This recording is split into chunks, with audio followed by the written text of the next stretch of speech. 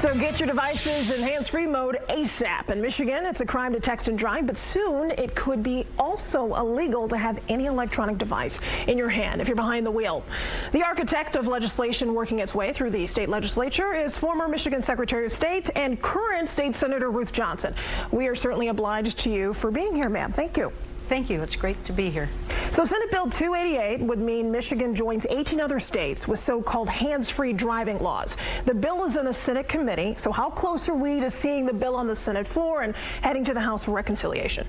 Well, the sooner the better, because we average over 20,000 car accidents just in Michigan, and 72 people died in 2017.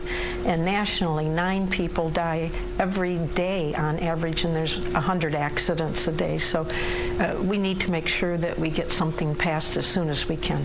So there is something of a moral imperative here when you look at the number of people who have passed away, but is there a concern that the issue could be muddled?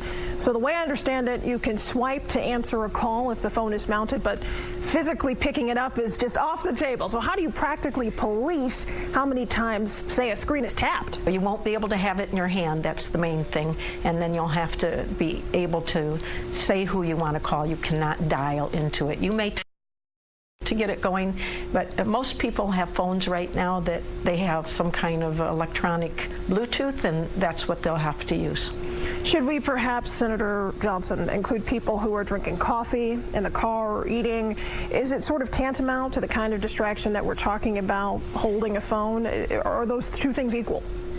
I don't know statistically, but if you can keep both hands on the steering wheel, you're going to be a safer driver. There's no doubt about it. What kind of penalties are we talking about? Maybe 1 to 2 points on your driver's license if you're a repeat offender, possibly a ticket. Do we think that that's the fair approach to make sure people actually follow the law?